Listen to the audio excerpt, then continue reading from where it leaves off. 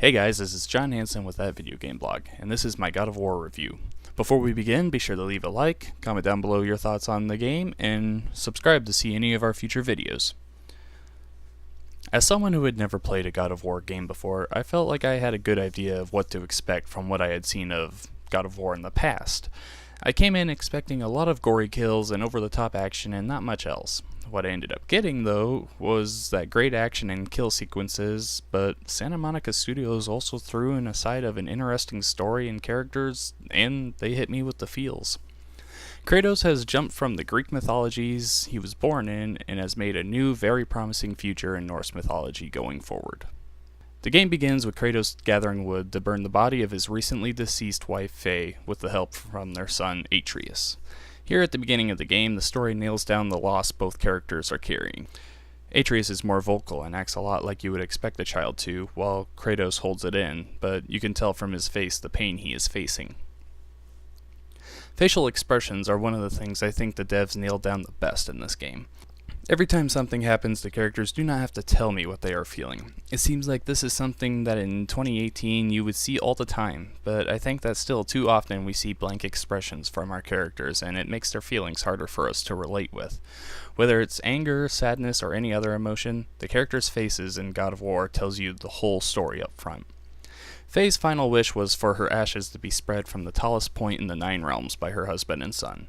In the beginning, you can tell that Atreus had spent much more time with his mother this far into his life. Kratos would leave a lot and never take his son with him, being a very shut-off father who has never told his son of their god lineage or his past in Greece.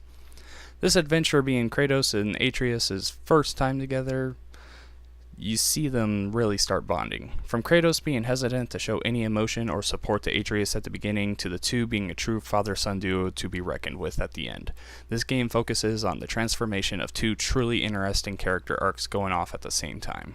As a father myself, I was able to put myself in Kratos' position of not being sure what was the best parenting move. As a son, I also felt with Atreus just trying to grow up and make his father proud of him. The evolving relationship between the two is the real heart and soul of the game. What helps with the emotion is the camera work. In gameplay, the camera is always behind Kratos, but during cutscenes it expertly zooms in on the things you need to see.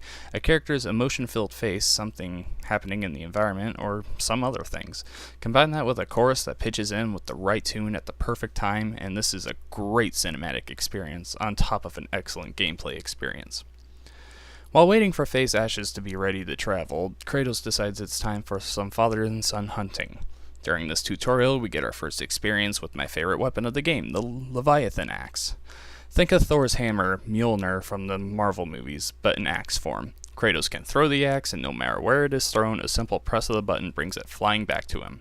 The very first time I did this, I was in awe of just how good it felt. The sound of the axe flying through the air and the slight rumble the controller gives made it believable that I was the one that threw the axe. The way it perfectly comes back to his hand and is ready to continue your fighting combo is one of the best experiences in gaming this year. Speaking of fighting, Kratos has some new moves he can pull off when he's holding his axe. These come in the form of runic attacks, which need to be attached to the weapon and can be upgraded by spending XP. There's a limit of 2 that can be attached at a time, 1 heavy and 1 light runic attack. These come in handy for disrupting enemies' attacks or hitting multiple enemies at once. I mostly stuck with my favorites, but there's a large enough variety that I believe everyone can find something for them. Throughout the game, new armors and enchantments can be bought and sometimes found to upgrade Kratos' stats. In the beginning, I felt pretty even with my enemies, but towards the end of the game, after you have been upgrading for a while, there were some enemies I felt were just nuisances. That's not to say that I think the game gets easy, I'm just saying as you build Kratos and Atreus and get used to using their abilities, the game gets quite a bit more manageable as you would imagine. Atreus, while not as customizable as Kratos, can be a great help in combat. He uses his bow and arrow to stun and damage enemies, but can also summon animals to do a lot of damage, or jump on a foe leaving them open for attack from Kratos. At the beginning of the game, he seems to have very niche assistance, but as he trains and upgrades, he truly becomes a reliable source. His upgrades largely revolve around his bow, but he can also get armor that lets him assist in other ways. Personally, I stuck with using armor that allowed him to pick up health stones for me in combat when I got low, much like Elizabeth from BioShock Infinite, which I loved then too. There are quite a few enemies in God of War. You're first introduced to the zombies of the world, the Draugr, who are pretty simple, slow enemies that are never too hard to handle. As you battle your way through the game, you can face dark elves, trolls, and not as many bosses as I had expected. Besides facing a certain god multiple times, you only get into an altercation with a godlike force one other time.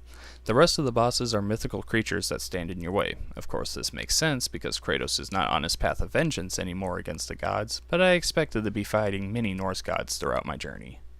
What you do see of the other characters in God of War is very well done. Every character in this game has a personality to them, and the voice acting associated with that character helps you feel for them and makes them relatable.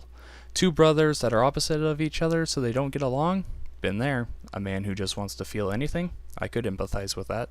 Every character in the game is believable and has a real world element to them that if they were human and walked down the street, I could believe they were a real person. If you have watched or listened to mine and Joel Campos' Pixel Street podcasts, by the way, there will be a link in the description down below, you will have heard me say that I think this is the most beautiful game I've ever played. I already went over the character detail, but the environment in this game is second to none. The mix of shadows and bright colors in every setting of the game is truly expertly done. I'm just playing on a slim PS4, so I can only imagine just how divine the game looks on a Pro. In the end, God of War is a truly special video game. You get that brutality that the series is famous for, but there's so much more to this game that makes it stand out. The story is the best example of a father-son adventure that I have ever seen in the medium, with great side characters that provide everything you could want from a side character. The story never feels like it gets too long, and the end will leave you wanting so much more. God of War gives everything that fans of the past games love in the series, but adds in so much more to make it a truly special experience. The story's relatable and adds in the greatest father-son journey you will ever see in video games. It's another home run of a game for Sony and is for sure a contender for one of the greatest PlayStation exclusives of all time. All that said, I am giving God of War for the PS4 a 10 out of 10. Hey guys, this is John Hansen with That Video Game Blog. Thanks again so much for watching. If you made it all the way to the end of here, hit that like button down there. Comment down below what you think of the game, and subscribe to see any of our future videos. Thanks so much for watching, and happy gaming.